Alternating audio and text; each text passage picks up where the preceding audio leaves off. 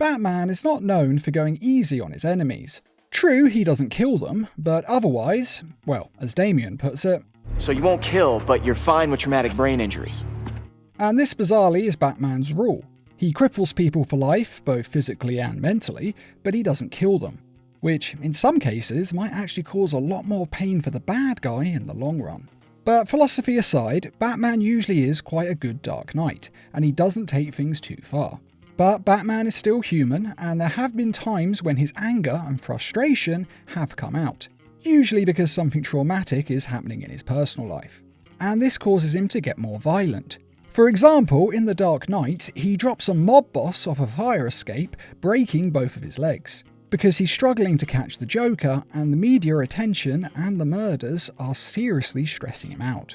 And although this type of thing has happened to a lot of villains, we all know the one that Batman hates the most is the Joker. And so, Joker has taken his fair share of beatings in the name of Batman relieving his tension. And we are going to go over the worst times that Batman has ever beaten down the Joker. Harley Quinn.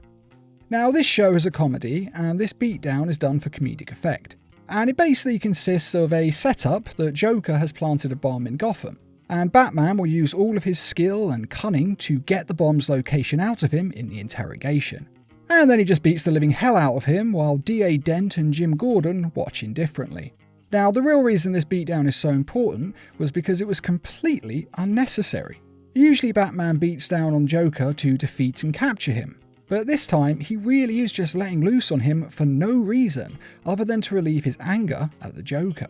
He's not even torturing him for information, as he doesn't give him time to speak, he just punches the hell out of him.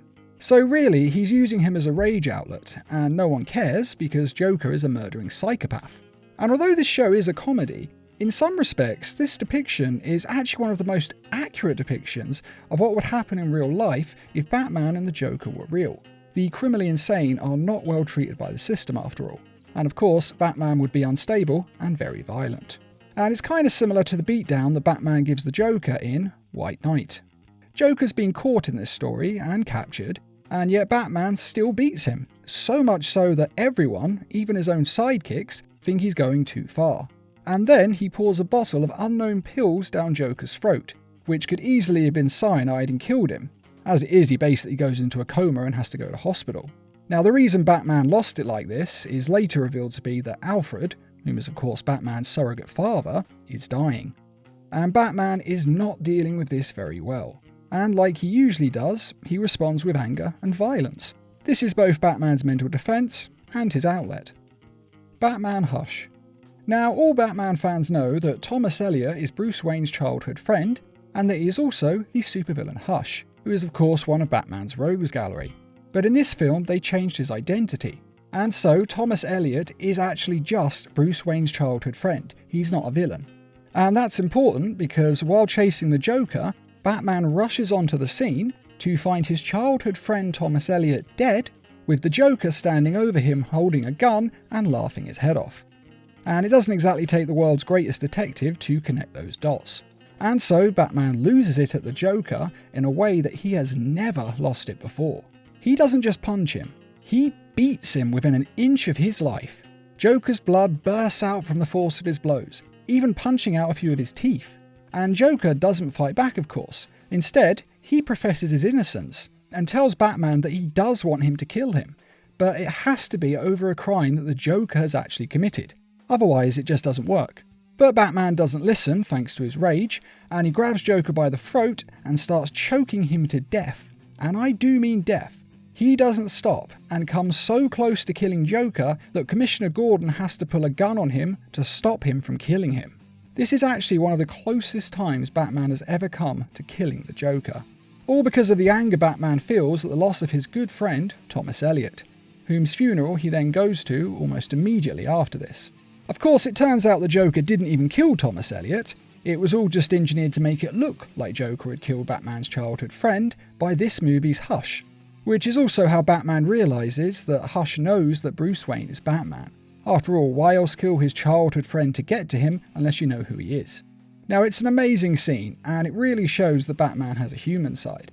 After all, what is more human than losing it at the loss of a good friend? And of course the Joker was taken away in cuffs, laughing all the while. Really is just a beautiful moment. Arkhamverse. In Arkham Origins, the prequel to the game series, Batman meets the Joker for the first time. And at the end of the game, Batman punches the Joker more times than he has ever punched him before or since. Seriously, it's an insane amount of punching. How he doesn't pass out or lose a tooth is beyond me. I mean, by all medical logic, the Joker should be dead after a beating like this, or at the very least in a very serious coma with a shattered skull. And of course, it may be the first time Batman loses it with the Joker in the Arkhamverse, but it's not the last time.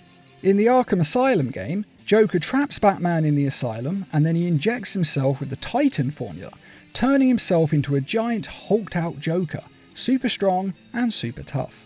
So much so that in order to beat him, Batman not only punches the hell out of him, but finishes it by punching him in the face with a fistful of plastic explosives. Quite literally. And this explosive force knocks the Titan Joker out, bruising his face to oblivion and knocking out several of his teeth. Now, in Arkham City, Batman doesn't actually fight the Joker. Instead, he just watches him die from the Titan formula and the poison in his veins. He does technically fight a Joker sort of Clayface thing, but it's not really a beatdown, so I'm not going to count it. Although you would think after the Joker dies, that would be it. But in Arkham Knight, Batman does fight the memory of Joker in his mind. Now, this is a very long fight that ends with Batman punching the Joker into a prison cell, which is all a metaphor for Batman beating a poison in his veins that's turning him into the Joker. Now, it doesn't really make much sense, or any sense really, but just go with it, because it's an entertaining beatdown. And it's not just a physical beatdown. Batman plays a series of mental games to trigger the Joker, playing off his vanity and ego to undermine him.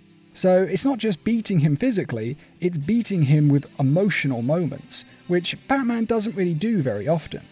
Although I do have to say, technically speaking, he isn't fighting the Joker here. Like I say, it's a memory of the Joker. Again, it doesn't make much sense, but it doesn't really matter, it's entertaining. The Dark Knight Returns Part 2. Batman and the Joker's final fight, when the Batman has finally decided to put the Joker down like the mad dog he is.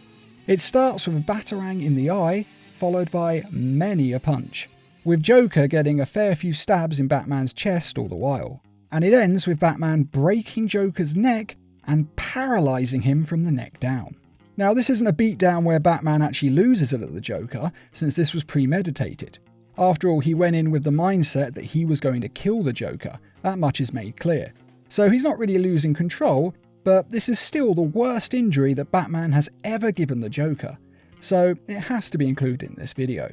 And those are the worst beatdowns that Batman has ever given the Joker, at least at the date of making this video. Do you like this list? And are there any other beatdowns that you think should have been included in this video?